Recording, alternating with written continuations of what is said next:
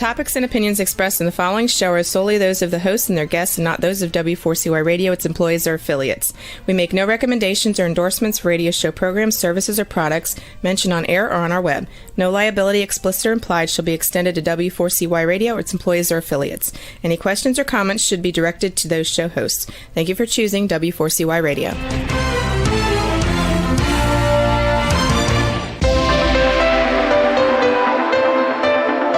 Churchill said, "Those who fail to learn from history are condemned to repeat it." Kevin Hallinan believes that certainly applies to business. Welcome to Winning Business Radio, here at W4CY Radio. That's W4CY.com. And now, your host, Kevin Hallinan.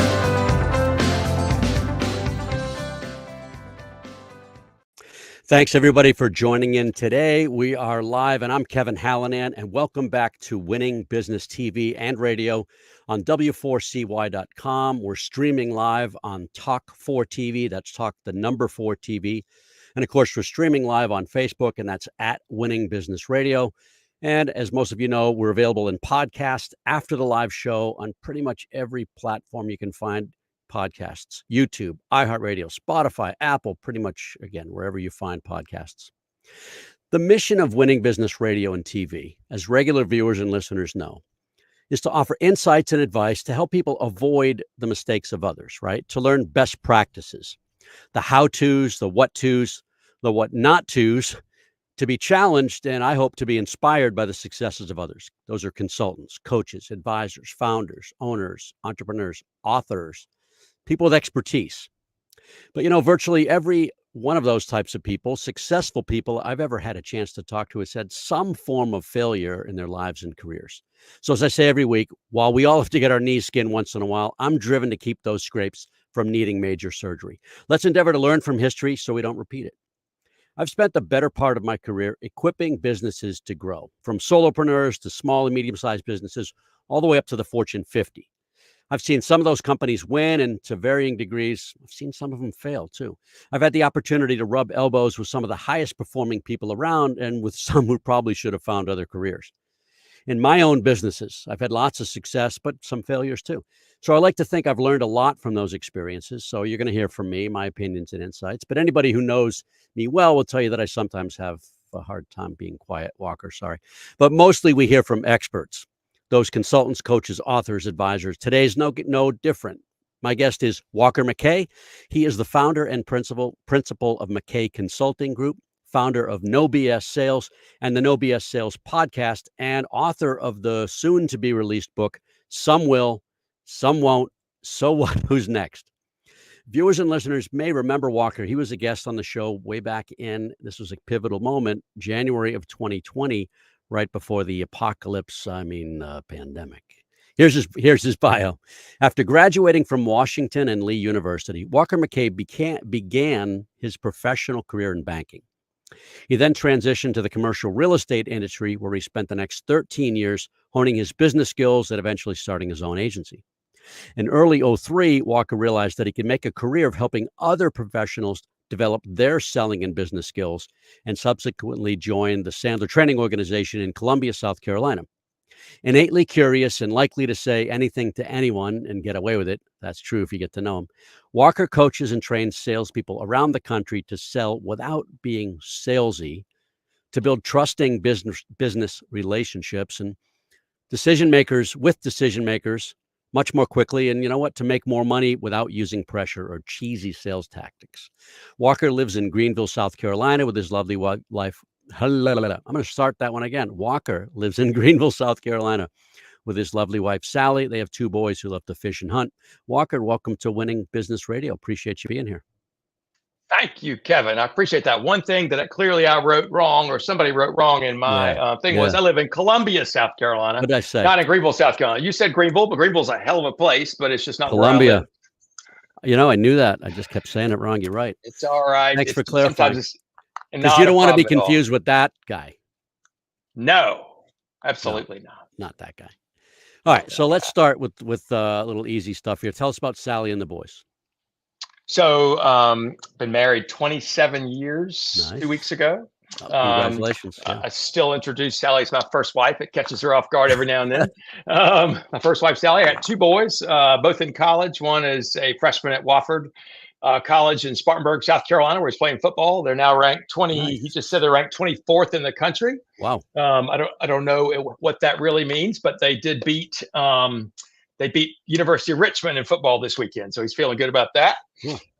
My other son is Walker the third, and he is at Sewanee. He's a senior there studying forestry, and he hopes his plan is to move to New Zealand after he graduates for up to 2 years to get in the forestry business down there before coming back here. So I'm excited because that means there might be at least one, maybe 2 or 3 fishing trips for me in New Zealand. Yeah. So I'm encouraging him to go do that. That is definitely a place on my bucket list as well. Mine too. So you like to hunt? Couch for you to sleep on. I'm there. How'd you develop that love of the outdoors? I didn't grow up doing that. But I typically, when I get into something, I get way into something. And so when I was kind of growing up, my dad had a piece of property out in the country that had a lake, and I used to kind of fish and that kind of stuff out there. But when I went away to high school and college, I was more interested in alcohol and women than I was in being outdoors. So I kind of gave it up. You could do at least one of those things outdoors. Correct. That's exactly right. But anyway, a friend of mine invited me on a fishing trip to Florida. And I was like, I'll go. I don't really care about that. I ended up having a really good time.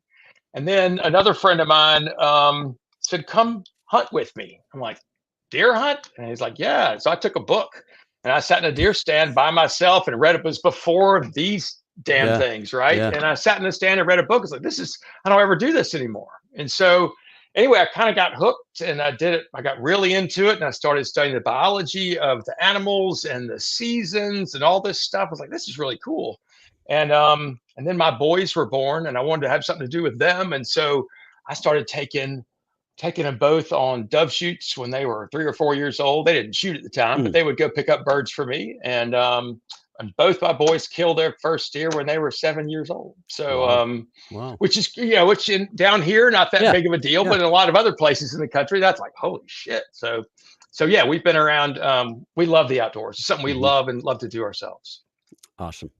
All right. Transitioning a little bit. How did you decide you wanted to study American history in school? Well, I was an English major because I was going to go to law school. And I had a really good English teacher in high school who inspired me. And so I was an English, like I say, I went and studied English, was excited about that. And I was in a class of 3 people, it was a 300 level English class. And I was not a great student. I was a C student mainly because I didn't really care at the time. And the class was on Thursday morning. And our party night was Wednesday night. And so I showed up in class on Thursday morning at 8:00 and nobody else showed up and I hadn't done the reading. And the guy who was head of the English department made me stand up and read out loud to him. And I was like, he hates me right now. I think I'm starting to sweat just now thinking about that. It was terrible. So I was like, I don't know if I can say this. F this. I'm going to be a history major because that's easier. So I switched to history, and that's how I became a history major, and I loved it. A lot of thought went into that. I was like, just get me out of here. Get me out of college. Get me out of college. So how did you get into banking? I was interviewing for jobs, and I was never coming back to Columbia, South Carolina. I was going to go to Chicago or Boston or New York or LA or something because that's what I was built for. And I got a couple of job offers, one like for retail in New York, something like that. And then I got an offer to come work for a bank training program in Columbia. And somebody described that as getting paid to get an MBA. And so I was going to come do that for 6 months and then go to all those other places. And that was almost 40 years ago. So I just kind of stayed, and I'm glad I did. I stayed for 18 months at the bank, and I don't remember if I quit or got fired. It's very kind of foggy about exactly what happened, but I was no longer at the bank, and I went into commercial real estate where I knew I'd make my fortune. Exactly. So see if you remember this much. I like to ask, what lessons did you learn from banking that you still use today or still reference that's a tough one. Well, I learned a ton of stuff. Number one was the value of your credit score, Hmm. how important it is to take care of and take care of your credit score and keep that high. I Hmm. also understood I learned the language, and I think this is a good thing, of how banks approve commercial loans, the information they needed, what was going to be a good one versus a bad one, as far as when you're giving the information to somebody, what things that they needed. And that's been invaluable to me to understand a banker's brain. And helped me, in some ways greatly and badly in others. Like, if I needed to go borrow money, I knew what the hell they were looking for, and Yep. what I needed to present to be able to get what I needed. And you and I are in a position as trusted advisors to our clients where they typically ask us some things off topic, and that's one of them. Right? Yeah. Yeah. Right. Yeah. Yes, 100%. It's funny. I was talking to a guy the other day, and I said, my banker does this, my banker does that. He goes, I've always wanted a banker. I'm like, you own a business and you don't have a banker? For goodness sakes, what's wrong with you? You Mm. better do that. I made an introduction that day so that he could have a quote banker. Yeah. So anyway. So how did you become interested in commercial real estate? Because that was the next transition. Yeah, a buddy of mine came into my branch. He was somebody I'd known for a while, and he deposited a commission check for $19,000 that he'd gotten for doing a lease. And I made $18,000 a year, and he just deposited a check that was more money than I'd made for the year. And I was like, holy cow. And he goes, yeah, I got like 5 more of these coming in. I said, I'm going to go do that. So again, whether I got fired or I quit, I'm not sure, but I ended up going and applying for a job at this commercial real estate brokerage firm, because that's where I was, as I said, going to go make my fortune. Which you kind of did, almost did. You did well. Kind of, sort of. Right? Well, I did okay. I was mediocre. All right. And I tell people this. It's funny. I coach a lot of people in the commercial real estate business now. When I left the business, in the company that I was in, it was very much ego-driven, egocentric, hero-focused. It's one of the things we talk about a lot, is that very much you're the badass and you're close the deal, and you're one. It's very, I would say, very honestly, toxic culture. And when I left that company after 9 years, I went to go work for a developer, and then I got out of the business. My boss at the time, he said, you're not going to make it. Thank you. I said, what do you mean? Yeah, thank you. And he said, anybody that leaves, he said, they pretty much don't make it. And I was like, oh, and he basically stabbed me right in the heart. Yeah. And so for some reason, when I got out of I went from there to work for a developer, and I left the developer to go work for myself, because I clearly am unemployable. And so ended up then going to work in the sales training business. And I met with him again for some reason, because I was a glutton for punishment. I've heard this before. Go ahead. Yeah. And he said once again, he said, clearly you just didn't have what it took. And I was like, wow. And so the cool part for me was, I felt there was this pit in my stomach and a not okay feeling for 6 or 7 or 8 years. And then, unbeknownst to that guy, I got invited to speak to the regional meeting for that group, NAI, right? For all the Southeast. There were 150 brokers in NAI, and they were coming to this one place, and I was the invited speaker, invited by another office, to come do that. Yeah. And I was nervous to death about how it was going to go, because here I am standing in front of a bunch of people whom I knew were thinking, well, hell, you didn't make it. What the hell are you going to teach us? And I was really scared. I had my little talk written, and I was sweating bullets. And I ended up riding up the elevator with the guy that said I wasn't going to make it. So I feel even worse. And I realized about 1 minute before I got on stage, I was like, you know what? I've got a written talk, but I'm not going to use that talk. Screw that. I'm going to talk about what I want to talk about. And so I stood up on the stage and I said, many of you don't know that 8 years ago, I washed out of this business. I didn't make enough money to stay, and I was not good at this business. And now you guys have invited me to talk to you about how to succeed in that business. And so I thought, instead of telling you how to succeed, which I never did, instead I'll tell you the mistakes that I made in a way that maybe you can avoid them. And Love so it.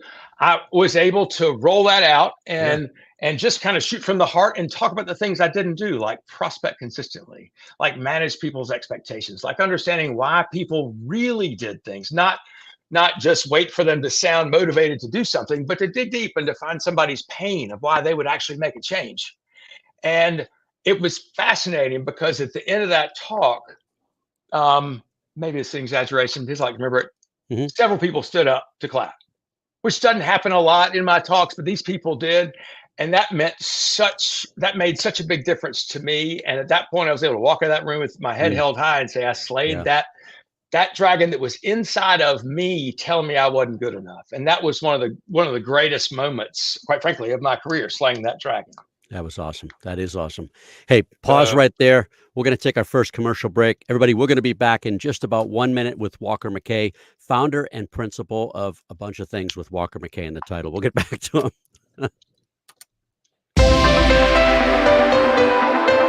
You're listening to Winning Business Radio with Kevin Hallinan on W4CY Radio. That's W4CY.com. Don't go away. More helpful information is coming right up, right here on Winning Business Radio. Have you ever dreamt of being on the radio? Well, now is your chance. Be a radio show guest on the #1 ranked internet radio station and promote you and your business for free. Yes, you heard it, free. Business advertising right here on W4CY.com. Call 561-506-4031 now to get booked on one of our shows. That's 561-506-4031. Get your free advertising now. And now back to Winning Business Radio with Kevin Hallinan, presenting exciting topics and expert guests with one goal in mind, to help you succeed in business. Here once again is Kevin Hallinan.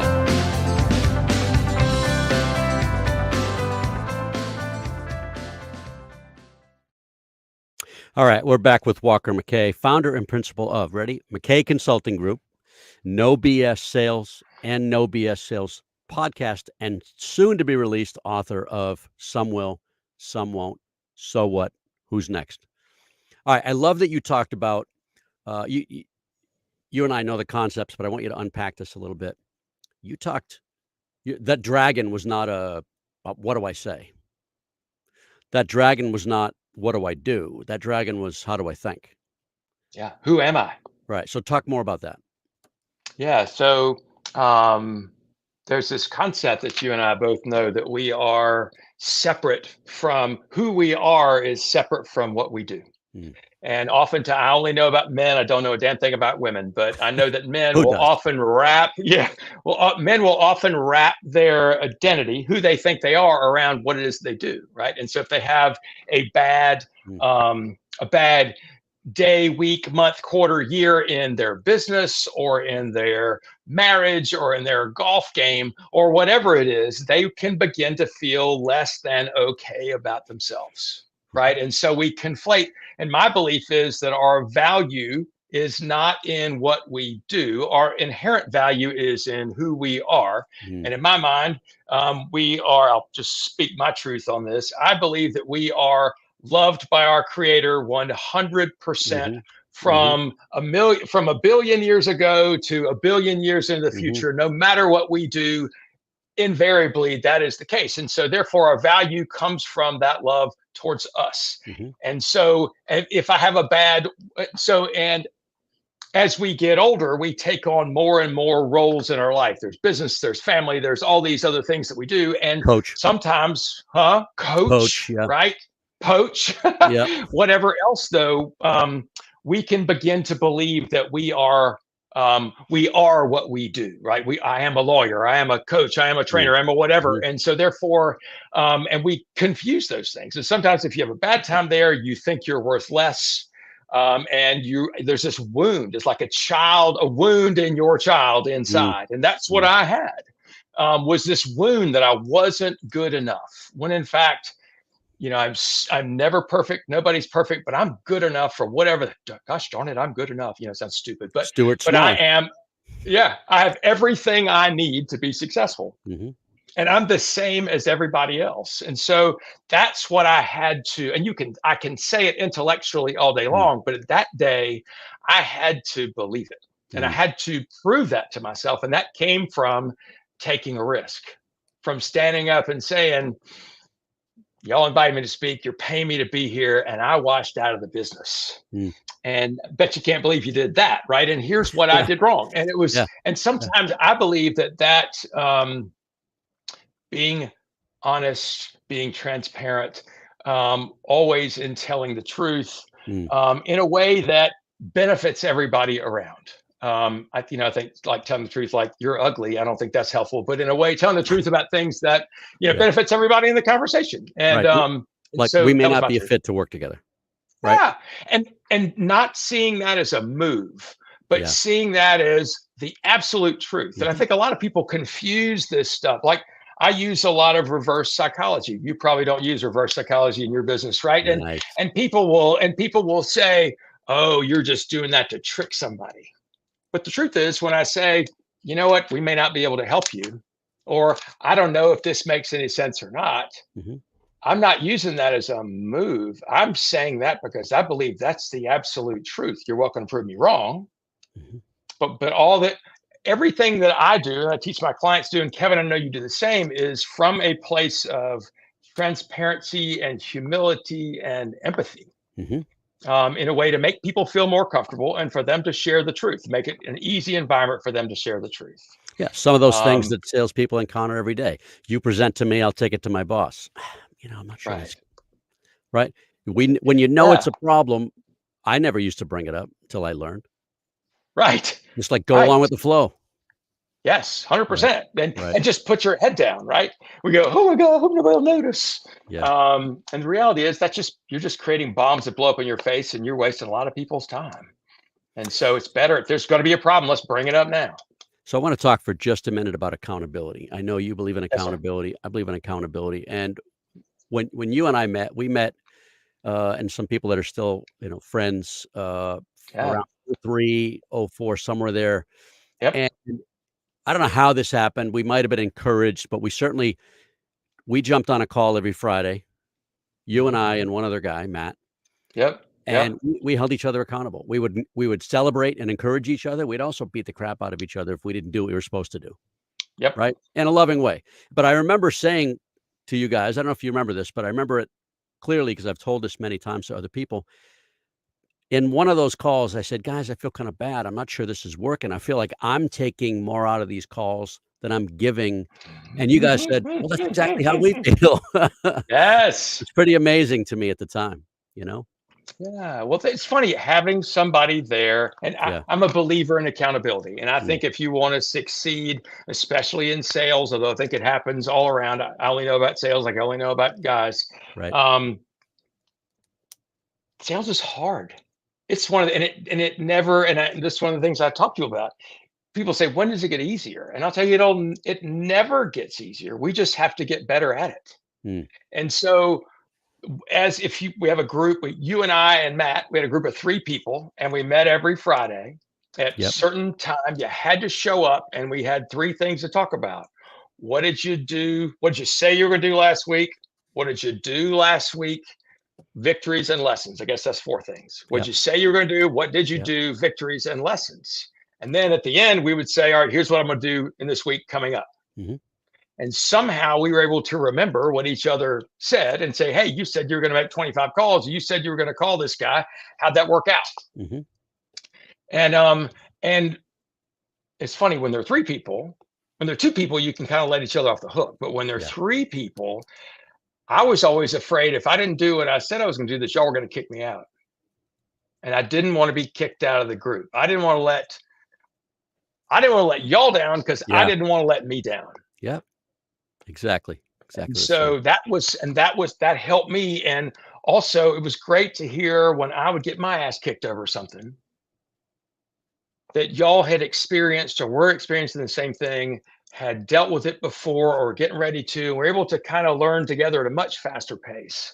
I'm a big believer in that stuff. When you're doing something hard, have somebody else that you can be accountable with. Something I appreciate, and you helped me learn this, as did Matt and others, but Most people debrief the failures. What didn't go right? We learn to debrief the successes and repeat more of that, right? Talk about that for a minute. So, the cool thing, Kevin, you and I both teach a process, right? We teach a process for selling. And the good news about having a process for selling, well, let me back up. A lot of people think that selling is a personality, right? And the only and some people do have a personality that has brought them sales, and that's great. Right. There's only a couple of problems with that. One is it's not transferable. You can't look at somebody else and say, just do what I do, because they can't ever be you. But as far as looking back at the victories, is to go through your process and say, okay, here's what I did well, here's where I went, here's what I did, and want to continue to do those going forward. So you go back and say, this is what's been working in the past. This is what I need to do. And if things stop working, then we go, okay, where do I need to refine? Where do I need to go back? Where do I need to do better, or what's changed? I don't know that I just answered the question you just asked. Is that what you were looking for? That's good. Kevin? Yeah, that's good right there. Okay. All right, let's transition a bit. Well, we've got about 4 minutes till the next break, plenty of time. Tell us about McKay Consulting Group. You founded that in 2014. That's sort of the 2014, yeah, about 10 years ago. umbrella. I worked for a training company, and I had a guy who was, I guess, sort of a business partner, and we were great friends. And then at some point towards the end of that, I kind of realized that I'd let the relationship fall apart. And so he owned the majority of the company. And so my choice, I wasn't ever going to change him. And so I realized I needed to quit. And so this was a job. I was mailing it in, making good money, just showed up for work and was doing great. And I decided that was way too easy. And so I need to screw that up. So but you came home and Sally said, wait, what?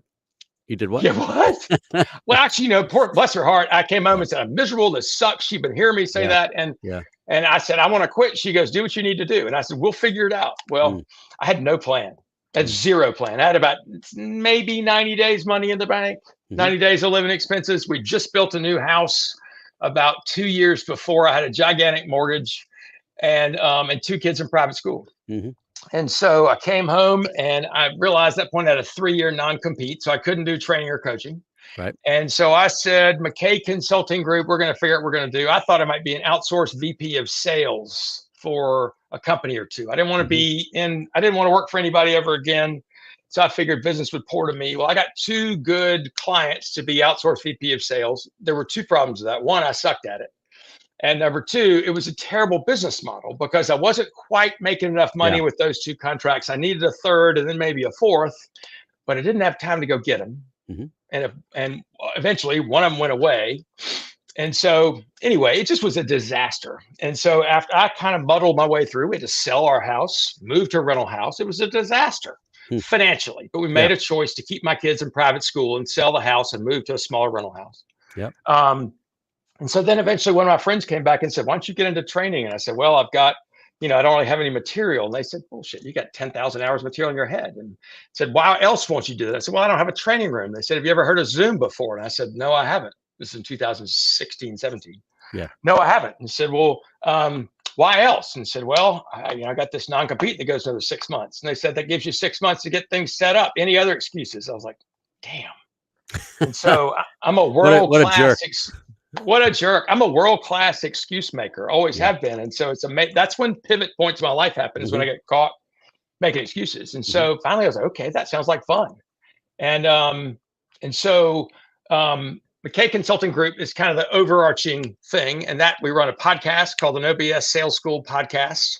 It also is a training group where I do sales training for typically B2B companies that sell things expensive and complicated, typically with people in multiple offices. We do all of our training over Zoom now. Kind of the world's like, oh, Zoom, when the pandemic came. I got a lot of business because people said, nobody's going to buy over video. This is ridiculous. Our business is going to end. I'm like, that's funny. I've been doing it for 6 years now. You go ahead and tell me how it won't work. Right. So, but anyway, so that was a kind of a boon for me. And I started with very little to nothing as far as income goes. Our clients, we started over from scratch. And soon enough here, we've been, growing the business, and it's been really exciting to the last couple of years to do it. All right, we're going to ask more. We're going to take our second break right here. Everybody, we're going to be back with Walker McKay in about a minute. You're listening to Winning Business Radio with Kevin Hallinan on W4CY Radio. That's W4CY.com. Don't go away. More helpful information is coming right up, right here on Winning Business Radio. The YP.com website is your local search engine. If you're looking for a good restaurant, it can help you find the right one nearby with ratings and reviews. Or if your car breaks down, you can use the YP app to find the closest repair shop. Or maybe you're just looking for something to do on a Friday night. Well, it has great local coupons for all sorts of things in your area. No matter what, when, or where, if you're looking for something, YP Local Search can help you find it. So go to YP.com or download the app to search local, find local, and save local. And now back to Winning Business Radio with Kevin Hallinan, presenting exciting topics and expert guests with one goal in mind, to help you succeed in business. Here once again is Kevin Hallinan.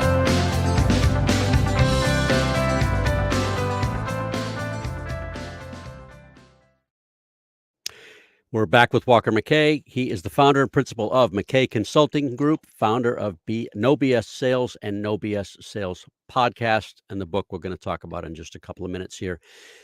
Tell us who your ideal clients are, but more than just, they're in this industry and this size, right? Give me some attributes. Give us, the audience, some attributes of an ideal client.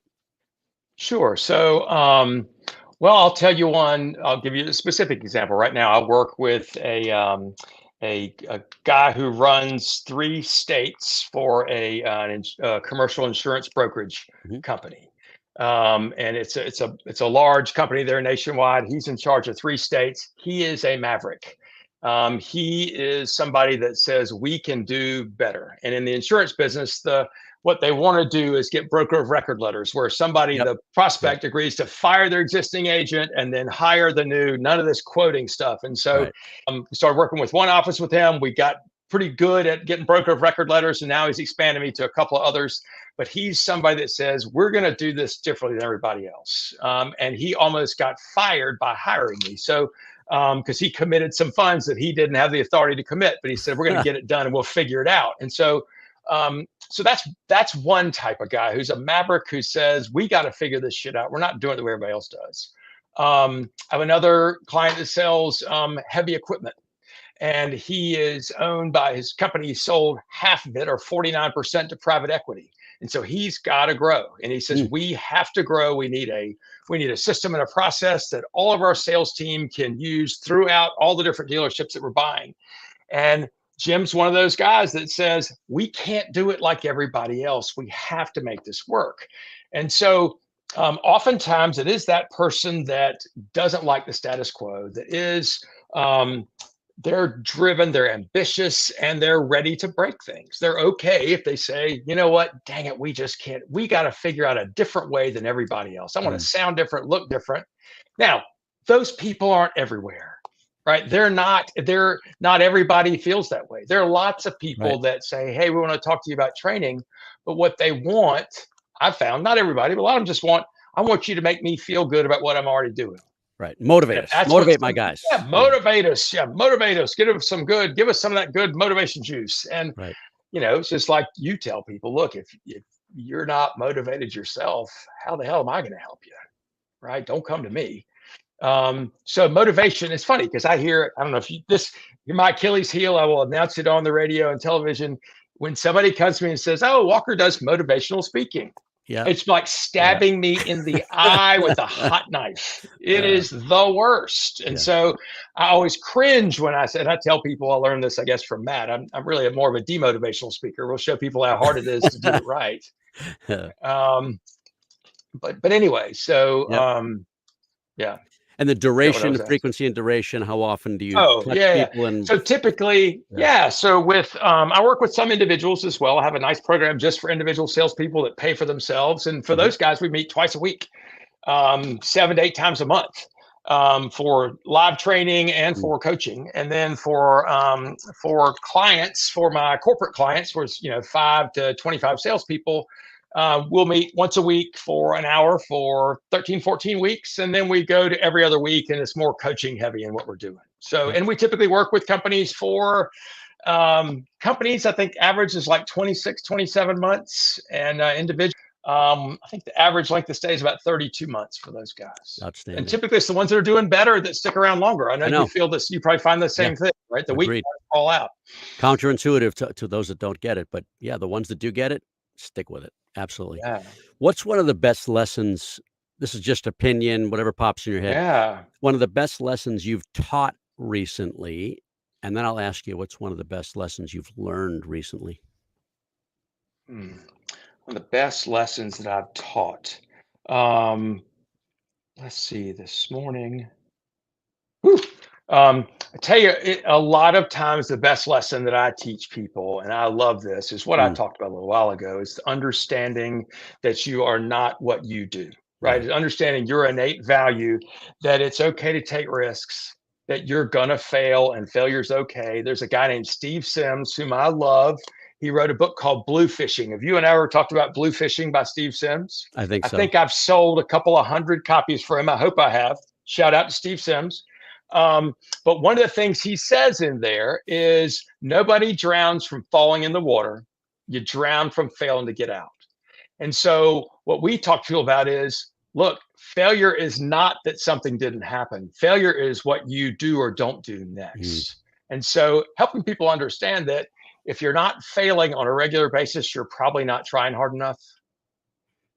And in sales, what we talk about, I think you and I do the same thing here. Failure is not getting a no. We don't control whether somebody tells us yes or no. Failure in our world is failure to get a decision, yes or no. Right. And so to understand that that is, that's okay, right? And what are we doing next? And I feel like that's something that if more people heard that, I think they do better in sales and probably in life. So true. And I know this, some people would think we're crazy to say this. I know you've experienced it. I have. People come to me 6, 9, 12 months into the process and they say, man, this has helped me in my relationships. It's helped me with, I just got a great deal when I bought a car, or I made a decision. I didn't take 6 weeks to buy a car. I bought it on a Saturday morning. I mean, all kinds of personal impacts, because it changes us as an individual. And also the way when we talk about like transactional analysis, how much your tone matters when you're talking to somebody else, how much what you're giving off somebody else is taking in, and how we can trigger reactions in people if we're not careful. And if we are careful, we can do that. So, yeah. All right. I want to talk about the book. Some will, some won't. So what? Who's next? A blueprint for sales success. Where'd the title come from? It's one of my favorite sayings. It's and it stands in my world. It stands for some people will buy, some people won't. So what? Who's the next person I need to be talking to? Good. And so it's what we're trying to talk about is how do you take our emotions, ours as the salesperson's emotions, out of the selling cycle? The person who is most emotionally involved in a sale is the buyer. And so if we're the ones that are getting more emotionally involved in the sale, then we're buying. And it sure is hard to make money if you're the buyer all the time, right? We need to be the sales guy. That's so, and so in that book, I'm tell some, it's kind of 3 sections. One is kind of the buyer's process, how buyers use us for information. And why we need to have a process of our own. And then the second section is mindsets that we need to have to be consultative in our selling process. And I'll quickly tick through those for you.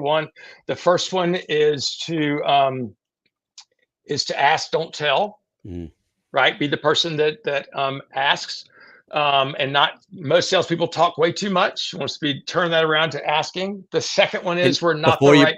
Before you move on, you said we got to get rid of the mindset. We got to convince them to buy in favor of, we got to ask them. Thank you. Yeah. Correct. Right. So we got to shed the idea. We got to convince them to buy. Convincing has no place in sales for the salesperson. The buyer needs to be convincing us. If you do this right, they're convincing you. The second one is we're not the right fit for everybody. We need to shed the idea that everybody's a prospect, because they're not, and adopt the idea that we're not the right fit for everybody. And there actually is a very narrow slice of people that would be ready for us. I mean, maybe they have the money and they're ready to go, but they would not be the right fit for us. Right. So that's another one. The third one is we all have equal business stature. We have the same authority and the same responsibility as everybody we're talking to. And in the South, this is kind of funny. One of the hardest lessons I teach people, especially if they're under like 45, is call everybody by their first name. That screws people up down here. They're like, oh no, my parents taught me to call everybody Mr. and Mrs. I'm like, okay, great. At a cocktail party, do what you want. Your parents also told you not to cross the street, don't talk to strangers, and for God's sake, don't bring up money, right? And so we got to shed those things as well. And then the last thing we talk about is to be the guide and not the hero. There's a book that I know you've read, Kevin, Donald Miller, called Story Brand. And he talks about marketing, how powerful stories are. And he talks about how in a lot of stories, there's a hero who's a person at the beginning of the story that has a problem that they've got to solve. And then there's also sometimes a mentor or a guide, right? The wise man who doesn't solve the problem. He talks to the hero and asks the hero questions, helps the hero get enlightenment so the hero can solve the thing. Well, I've seen a lot of salespeople get into sales to be the hero, right? To ring the bell, to make the sale, to pound it and say, yes, I'm it. But and that's fun. I used to do that. Yeah. Yeah, me too. Same thing, right? Yeah. And so the hero mindset, heroes have to save everybody, right? Nobody gets away. Heroes have to save everybody. If you don't make the sale, you're the opposite. You're a loser, and nobody wants to be a freaking loser. And a hero makes it all about themselves. And so we've kind of flipped that on its head around here, and we talk about how do you be the guide? And the guide is somebody, it's all about the client. It's all about the prospect, never about you. We really are going to choose who we work with. We've got a very defined group of people we want to work with, and we're very careful because we're going to take somebody up the path they want to go, but they got to do it our way. And a guide makes the prospect or their client was to hire them, makes them the hero, right? Let me think like a listener or a viewer for a second. Wait a minute, you can't do that. I need everybody. To make my number, I need all those clients. Yeah, sure, I get it. And so here's the thing: you're not going to get them all anyway, right? You're not going to get them all anyway. And so we give you an example of hero mentality. I asked my mother to move her investment account from a broker to somebody who's more of a wealth manager who was much better suited for her. Yeah. And they did a great job, right? Helped my mom get all her stuff straight, very low pressure. And mom said, so I saw the person that I moved the money to. And I said, I just want to thank you so much for helping mom out. It's really been a great experience. And the woman said, thanks, we got a great team. And I thought, you arrogant B, right? I can't believe you. As opposed to, had she been a guide, she might have said, thank you so much. We love having your parents, right? So it's still this. And so how do you build longer term relationships? By showing people how smart you are, or by letting them know how smart they are? I will tell you that people want to feel better about themselves. And if we are honest and we make our clients the hero, then they'll stick with us for longer. They'll refer us people.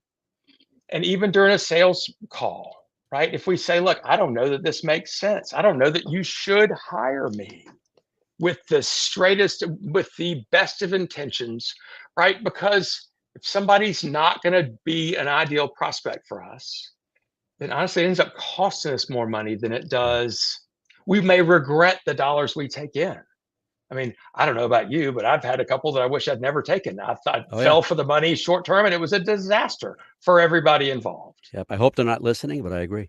I'm not naming any names. No, and it was a long time ago. It was a long time ago. Never hasn't happened recently at all. Yeah. So yeah, I think while we say I would like to everybody's a client, the reality is they're not going to come. They're not going to be your client. They may not be willing to pay your fee. They may not treat your staff well. They may not be somebody that you're aligned with in your values, and therefore take that time you would have spent trying to fix them and go find one that is in your wheelhouse. That's awesome. All right. You talk about mastering the mind, probably the Mhm. biggest problem to overcome. How do you help people do that? First of all, is to give some self-awareness, right? We Mm, start with assessments to figure out kind of what are their skill sets and what are their mindsets and what do they need to work on first. And so part of it is being able to show to somebody, here are some things that you believe you're not great at talking about money, or when you're talking to somebody, you're way too quick to jump in and try and solve instead of to hold back. And a lot of this comes from insecurity.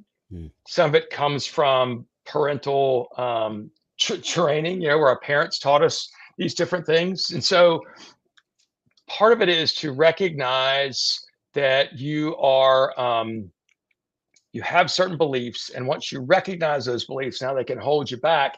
Then you can begin to adjust and recognize, okay, this is my self-limiting thing talking to me. I need to get that. I need to get that away from me. I need to push that aside. It's a slow process for many people, but the first part is just awareness of who they are and where their tendencies are.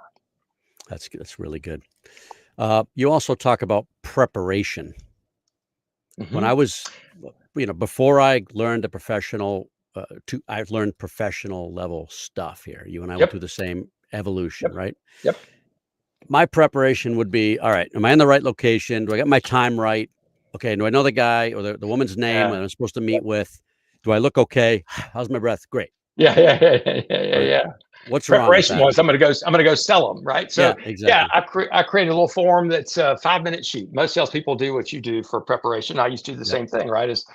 I set the appointment, I'm gonna go sell them, right? And you show up. And I decided if we take 5 minutes and get our head right, right, and talk about the things like what are some the major thing is, what is the ideal outcome that I Oh, want for this meeting? What is good. I the was hoping ideal you'd talk about outcome? this. Yeah, Perfect. the ideal outcome I want for this meeting. And because a lot of times our sales cycle, the number of meetings it takes to close a Hmm. deal, they're long because the salesperson makes it long. Yeah. And I had a financial planner that I met with a couple of years ago. He said, Walker, I deal with people with high net worth. He said, $1 million or more, and it takes five meetings for them to move their money. There's no way to do that faster. And I was like, no way. Huh? He goes, no. And I said, how about if your brother had $1 million and he trusted you completely? How many meetings would it take for him to say, okay, take my money? He goes, well, I don't think it'd take 5. I said, why would it take anybody else? And I said, so we talked about that. And I said, how about this? And we did the numbers. He said 10 at the first meeting, and then 5, and then 3, and then 2, and then 1. There's this huge washout each time. And I said, that's what, look, you're losing 9 people. So anyway, we said, how about, I guarantee you could, let's see if you can do it in 4. Scared him to death. He called me a couple days later and says, I just closed $1 million deal in 4 meetings. I was like, no shit, you can't do it again. And he did it again. Then we started saying, well, maybe, what do you think? Maybe 2? So within 6 months, he was closing deals in 1 or 2 meetings. And the thing was, he learned to say, typically at the meeting like this, we're deciding whether or not you give me your statements, and I'll go home and analyze them, and I'll come back. We'll meet a second time. Then at that meeting, you decide whether or not you want to hire me. Are you okay with that? And you know what?